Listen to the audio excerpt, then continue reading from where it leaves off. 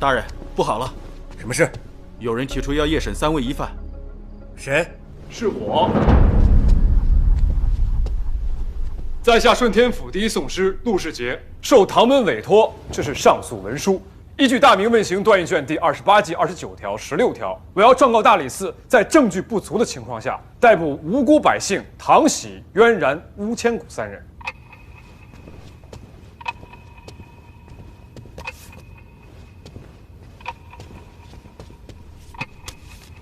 多谢陆宗师救我们于水火之中，我这把老骨头受点委屈倒是不打紧，可怜我这渊然妹子，本就身子柔弱，好端端的还被刺激出了异常，还有疯丫头被大理寺少卿所伤，内伤未愈又受到惊吓，现在还在这里遭罪呀！世风日下，道德沦丧，堂堂大理寺竟干出如此对待老弱妇孺之事。裴大人，依据《大明问刑断议卷》第28纪29条、4条、10条、15条，我要加告大理寺对老幼的拷问精神凌虐，企图以严刑酷法屈打成招。依据大明律例，尔等追加问责并无不妥，但此次案情经由东基市场锦衣卫插手，这……陆总师，他们3人虽是被大理寺抓捕归来，却是受我锦衣卫所托。别说是抓捕、审问、动用私刑，便是将他们就地处死，也是我等权力范围之事。此番追加问责，不予成立。是草民唐突了，沈镇抚使大人有诏议之权，但也要先审后断。万不会愿于皇权之上以冤假错案来回报圣上的一片信任。毕竟我朝开国以来便以利律治天下。那是自然。为防止他人妄自揣测场位行径以表清白，此次提督大人命案，才会交由大理寺处理。我等在旁协助。我大理寺依照大明律例，一定秉公执法，绝无懈怠。现在就壮士陆世杰所申诉之问题进行询问。疑犯唐喜，尔等可知今日为何将你们抓回大理寺？回大人，草民不知。现在请少卿张毅对疑犯进行询问。是大人。疑犯乌千古疑似使用致幻药剂，扰乱法场秩序，造成百姓骚动，致使提督大人遇害。疑犯渊然疑似使用傀儡木偶对锦衣卫进行人身攻击。疑犯唐喜疑似假扮成雪女窦娥，协助罪犯李晨阳逃离法场。3人当街细说昨夜结案，公然挑衅大理寺与锦衣卫权威。乌千古、渊然、唐喜，你3人可认张少卿指认之罪？睁眼说瞎话，这是诬陷。奴家就是个小女子，大人不要冤枉人啊！草民相信大明律会给草民一个公平正义的判决，以还清白。 3人拒不认罪，现在请壮士为3人辩护。多谢裴大人，我朝以证据为依据，大明律之为准绳。在下敢问大理寺少卿张毅张大人，您怀疑吴千古使用幻术药剂扰乱法场秩序一事，是否可有证据证明？丹青，将证据呈上。这是我收集到昨夜法场的柳絮，还有吴千古赠予百姓的梅枝。这2个物件中的药剂混合在一起，会使人产生强烈幻觉，并攻击伤害他人。张大人提供的证据并无不妥。昨日在下也曾目睹现场之事，今日听大人们解惑，顿时让人迷雾。吴千古，这梅花是你所赠百姓之物。回大人，这梅花确是小人之物，但其中的药剂是为了催化梅花的开放，并无害处，能让嗅到梅花之人心旷神怡。那这柳絮是你家中的柳絮？在下家中并无柳树，何来柳絮啊？非要强加于我。京城柳絮纷飞，那么京城的百姓都是柳絮的主人吗？诸位也听到了，吴千古承认赠与百姓梅花，但并不认柳絮之事，只因梅花当中一无害药剂，便诬陷身为方术师的吴千古，未免太过草率了吧？可这柳絮当中确实有吴千古调制的药剂。张大人，大理寺是找到了吴千古亲自手写的药剂配方，还是此配方出自于证人之手，亦或者是采买药剂的票据？目前还没有有效证据，那就不能将此断罪。无证无据就是栽赃，是嫁祸，是张少卿办事查案还不够周全。裴大人，沈镇抚使大人，大理寺万不能冤枉这样一位江湖艺人，而寒了整个京城百姓的人心呐！我只求各位大人能够公平公正罢了。顺天府第一壮士，并非空有其名。陆壮士，本官自有决断，你继续询问。张少卿，渊然所犯罪过的证据，请大理寺仵作上来陈述。禀大人，从已故锦衣卫大人们的尸体来看，致命伤为身陷幻术，绣春刀互相砍杀所致，但尸体上的刀伤却又不同于锦衣卫绣春刀的刀伤，因此，我推断为是渊然在利用装扮成恶鬼的傀儡木偶，混在锦衣卫中混淆视听，让锦衣卫怀疑自己所见之物的真假。这世上怎么可能有人操控与人同等大小的傀儡木偶，并且伤人呢？所以，在场众多的百姓证人当中，有谁能够证明是渊然操控所谓的傀儡木偶，并且伤人呢？亦或者是找到那伤人的傀儡木偶，也让小的见识一下。昨夜百姓皆中幻术，大家混乱中只顾着逃命，没有人看到他是如何操纵傀儡。至于傀儡现在在哪儿，那就得问罪犯渊然了。奴家的傀儡就是唱戏的木偶，如何到达得了伤人的地步？大人未免也太看得起我了。这么说来，只是因为案发现场发现了傀儡尸，并将傀儡推测到了傀儡尸身上。张大人凭借着自己的猜测跟想象，给这样一位西域妇道女子断罪，着实让人怀疑您有地域歧视。大胆陆世杰，不要无中生有，暗度陈仓。小人不敢。若大人想要为渊然断罪，即可发布悬赏告示，找寻昨夜的百姓证人。现在与我这公堂之上口舌之争，在大明律法面前毫无意义。张毅，哎，你办案怎会如此草率呀？此时是我疏忽了，将精力全部放在追击李晨阳之事，使得大理寺只能历尽于此。回大人，证据不足怪我，但唐喜劫持李晨阳是由我亲自追踪，并与其交手。他使用的武功与暗器皆出自唐门。张大人，大明刑律中明确指出，追捕、论罪、定性原则。这我知道，大明律捕王条例规定，抓捕疑犯需1人以上小队结伴抓捕，以免出现诬陷、误判。怎么，你是在教我做事？小女子不敢，只是好心提醒大人，以免在参加今年督察院举办的大明律考中错失送分题。诸位有所不知，唐门少主唐喜自幼熟读大明律例，自然不会做到知法犯法、罪加一等的蠢事。更何况，张大人当真遇到唐门少主，恐怕此时已经在义庄躺尸了。唐少主，不如将你此次来京所佩之剑交诸位端看一下。审问前被大理寺官员收走了。呈上唐喜佩剑。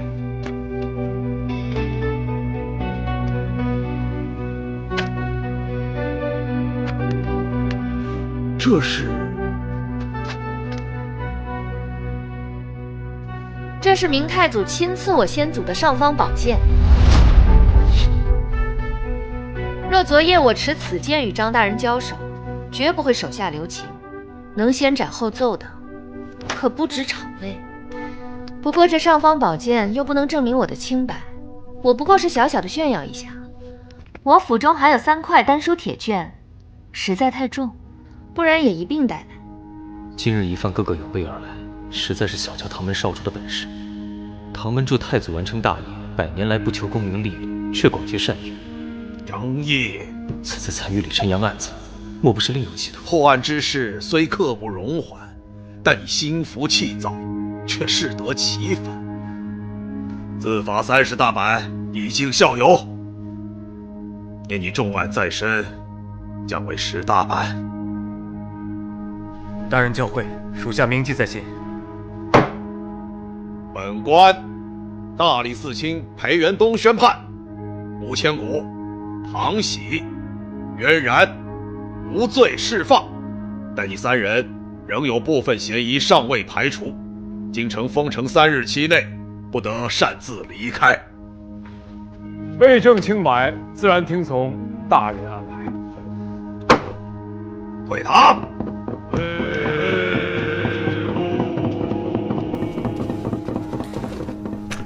张大人，张少卿，今日你当街向我无故行凶，致使我险些丢了性命，没了清誉，这事儿该如何？哼，干嘛？跟我耍无赖啊？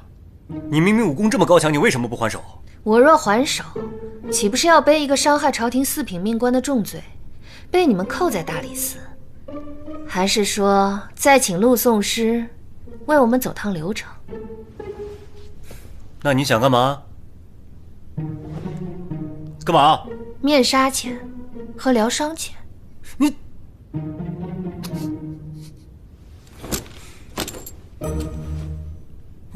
都给你。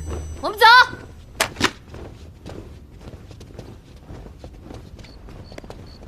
哎，你这鬼丫头坏得很，心眼不大，伤害性极强。我这次都有点同情张大人了。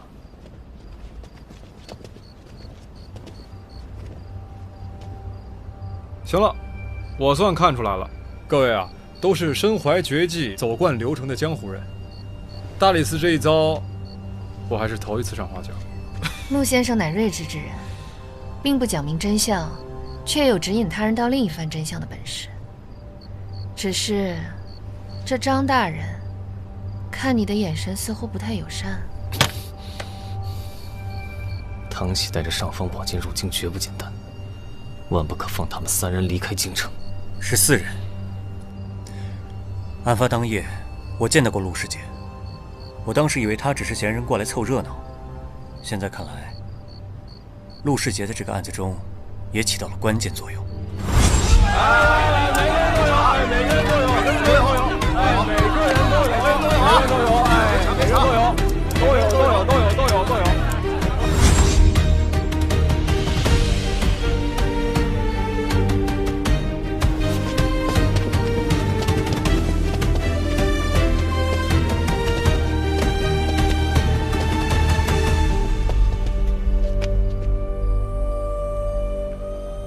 我与张毅又何止今日之事的过节？收起你满脸沮丧的表情，不要忘了，我们现在是去见谁。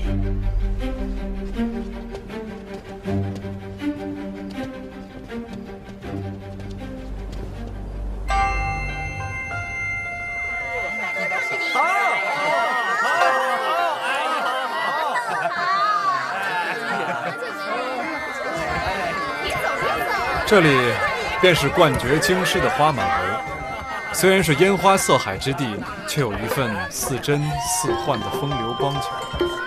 这里的姑娘精通琴棋书画，不过是寻常之事，风情万种，各有千秋，文人墨客皆能找到心头所好。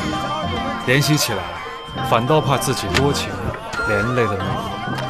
让我看看哪个姑娘能入我的眼。双眸似水，明艳动人。可惜我偏是红尘俗人。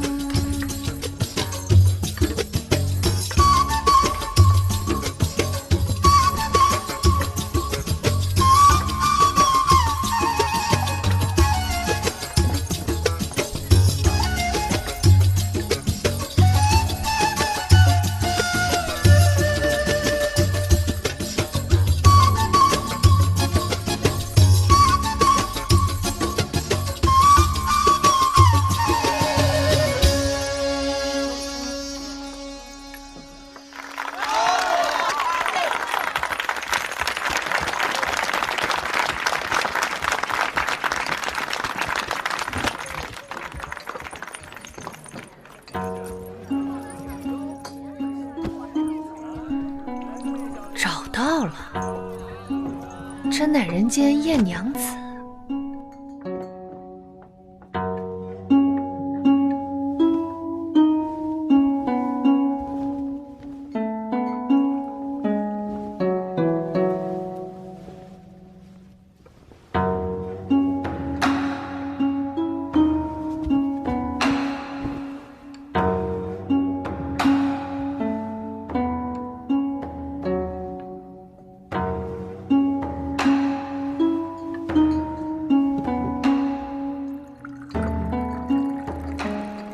就是他，双眸似星辰半月，眼角眉梢却是压不住的风流媚态。若我是少年郎，必与佳人夜夜笙歌到天明。少主好眼光，这便是引荐我们到此的花说月花娘子。得了她，整个花满楼就都是你的。俗了。你若是图了花满楼的密报和价值来看这位美人，就永远都配不上她。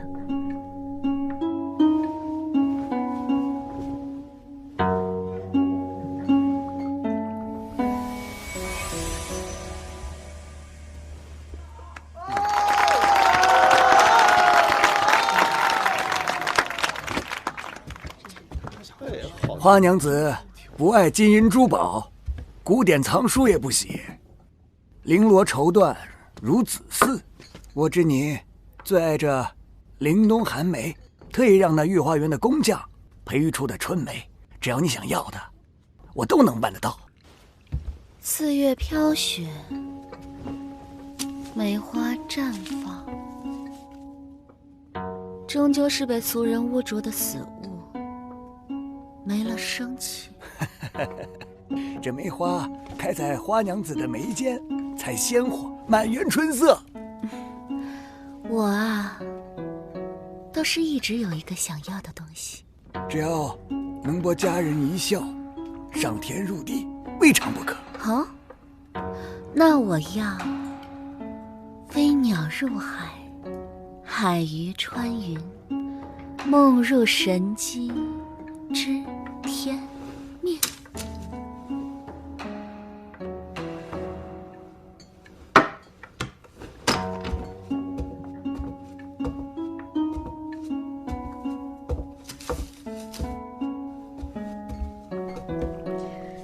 实在是个妙人，极少有女子能如你这般洒脱自在。唐门少主与传闻中一样，是个疯癫看不透的人物。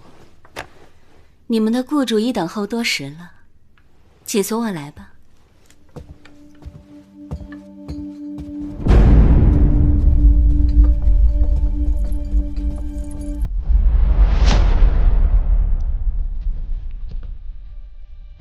果真是来见幕后主使。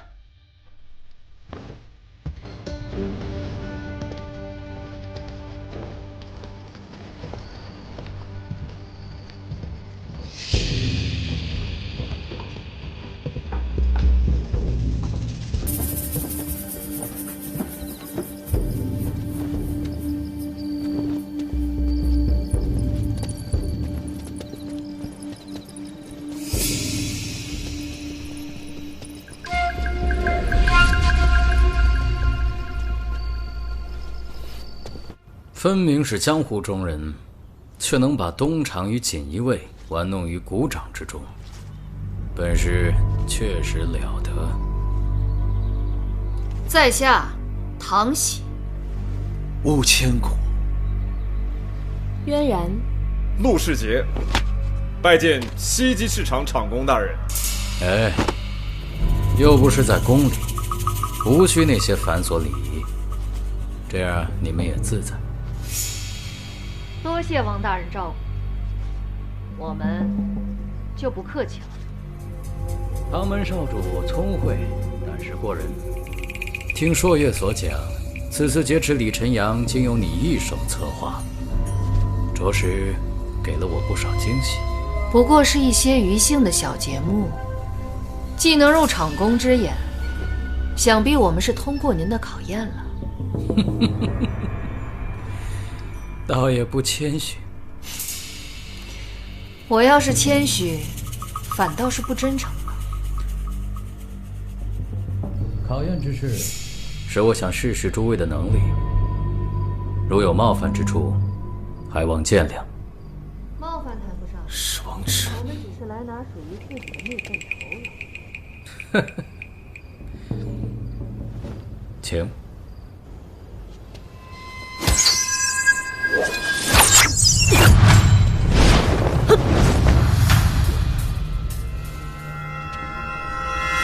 东瀛忍术，王迟走狗，请多指教。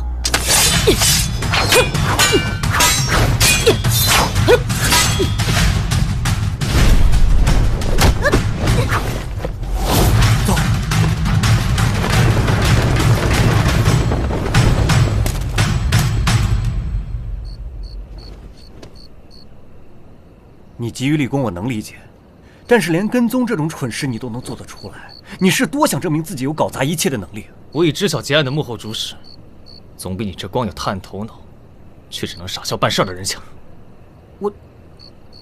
我就不应该救你。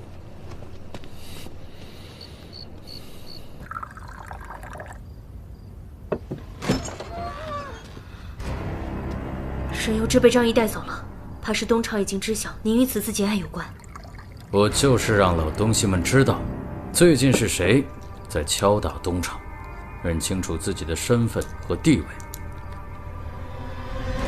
下去吧。是。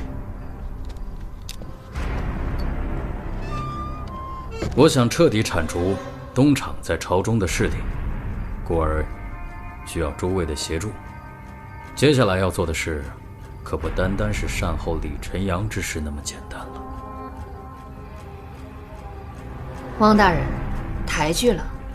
西厂如今势力在东厂之上，更何况，您应该比我们更加了解东厂厂工商华的底细。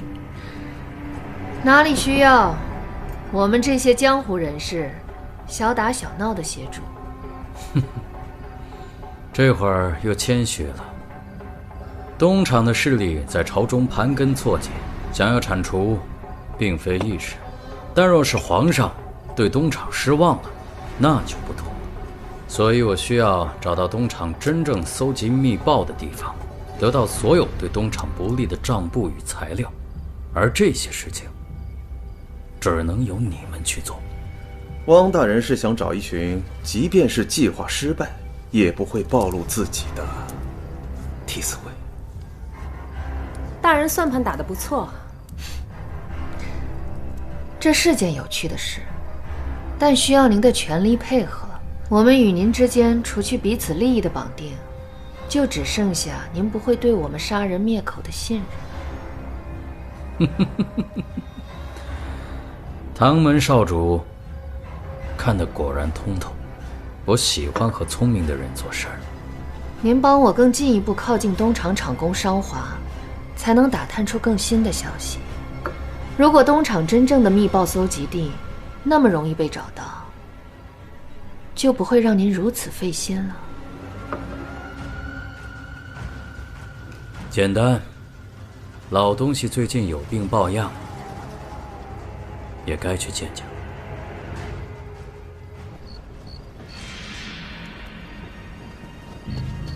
沈大人有没有受伤啊？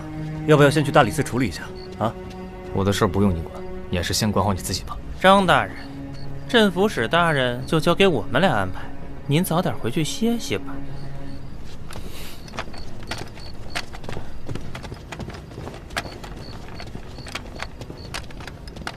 哼，看来这位沈大人也是个了不得的人物啊。哎呀。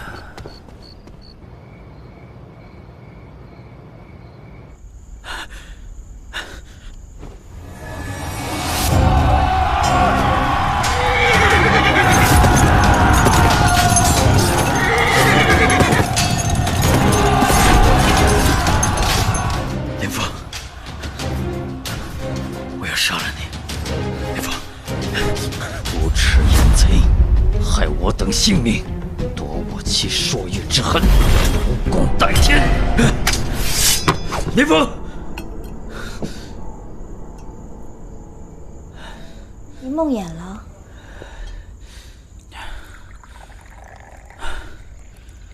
昨夜突然听到张毅这号人物，让我想起不大爽利的旧事。你无需向我多解释，你是一人之下，万人之上的厂公大人。即便要了我的命，何人敢多言语？罪上不饶人。来人，在。去东极市场，通知大理寺卿裴元东、大理寺少卿张毅一并前往等候。是。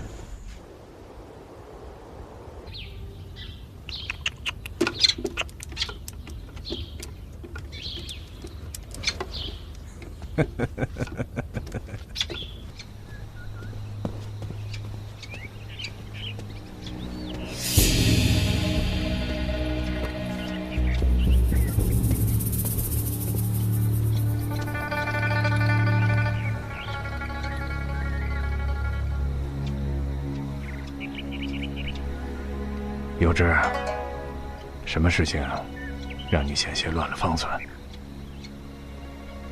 瞒不了您的眼，西极市场督主汪直到东城已是打听了责了。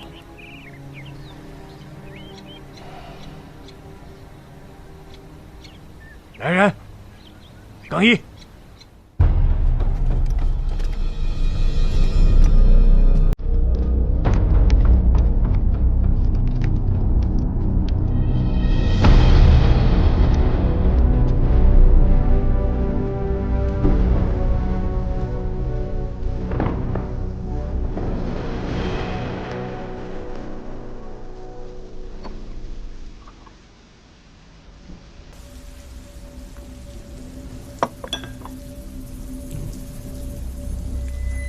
报好了，这可是万贵妃的新宠，若出了什么差错，不仅你的脑袋要落地，或许你们东极市场执笔太监的位子都要换人了。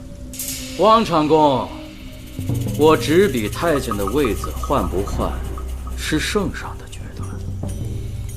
难不成你现在都能替圣上做主了？哼！看来新上任的宋提督想试试我西厂的能力。哼，好，明日我就奏请陛下，满足你的要求。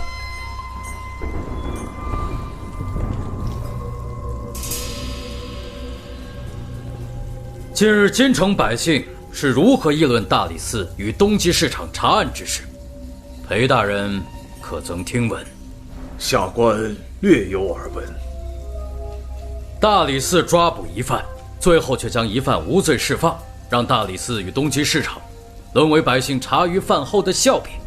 此事总要有人担责，免得朝中之人争相模仿。老臣自当有愧，为表谢罪，明日便向圣上请旨辞去大理寺卿一职，告老还乡。哦，裴大人能有如此觉悟，实乃朝中之表率啊。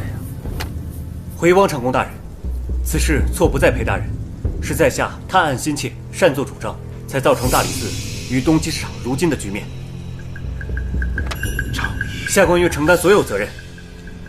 张毅，哼，是个敢担事儿的主，既然毫无证据，捉拿疑犯的蠢事是由大理寺少卿张大人一手促成，那么法令者，治之具，而非治之清浊之源也。本朝太祖重法制，就编30卷大明律例，哪一卷提到了由于大理寺官员办事不力，遭百姓诟病而治罪的？义父，您误会了。您抱病有恙，休养生息，结果是这帮无用之人偏让监斩李晨阳的冯海遭难，罪臣李晨阳逃跑，至今没有音讯。这桩桩件件之事，都是东厂的奇耻大辱。此事总要有人担责，免得朝中之人争相模仿。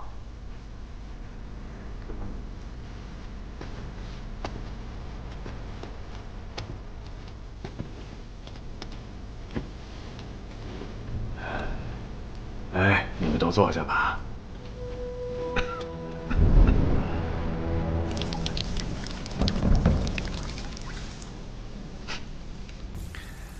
王长公抬举了，如今我已风烛残年，剩下的只是这个年岁，哪有资格再让您称我做义父？至于最近发生的事情，喜不应喜，无喜之事；怒不应怒，无怒之物。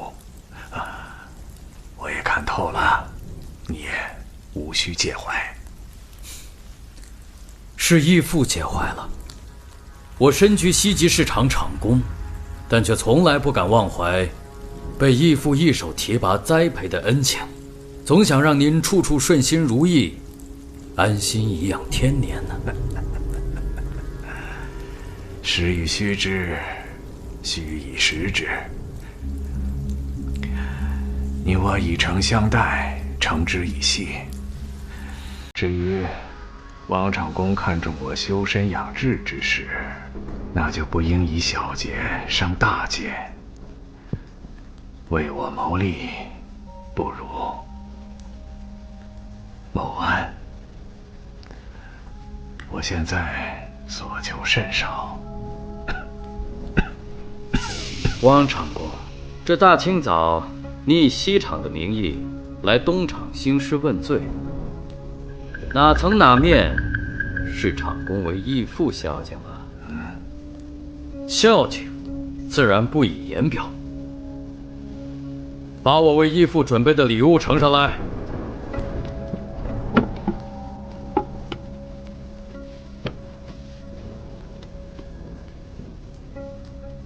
义父，知晓您酷爱书画，前些日子我特意向陛下讨要赏赐，陛下亲笔作画。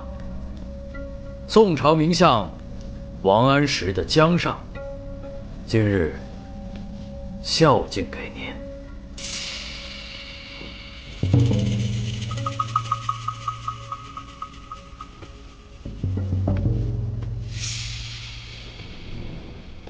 请王长公替我谢过陛下，我一定将此画小心地挂于屋内。将我昨夜抄写的《出师表》回赠于陛下。如此，我想义父的心情定会顺畅许多。至于你们，东厂不在乎这些没脸面的事，我西厂也不再追究。但记住，事情终究是要有结果的。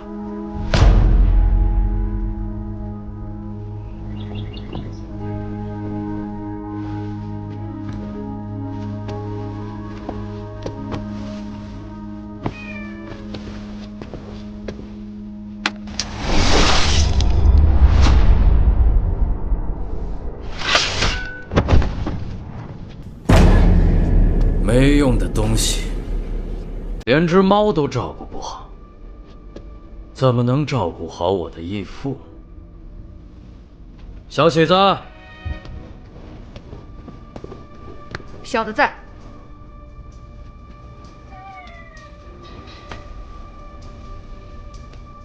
你留在东厂一日，好好教导厂公身边照顾的人，给他们看看你是如何照顾贵妃的宠物。是。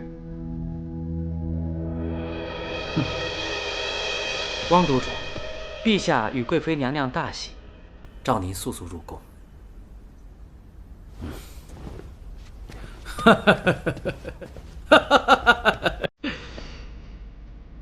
义父，我先行回宫伺候陛下，愿您福寿安康。有劳汪大人了。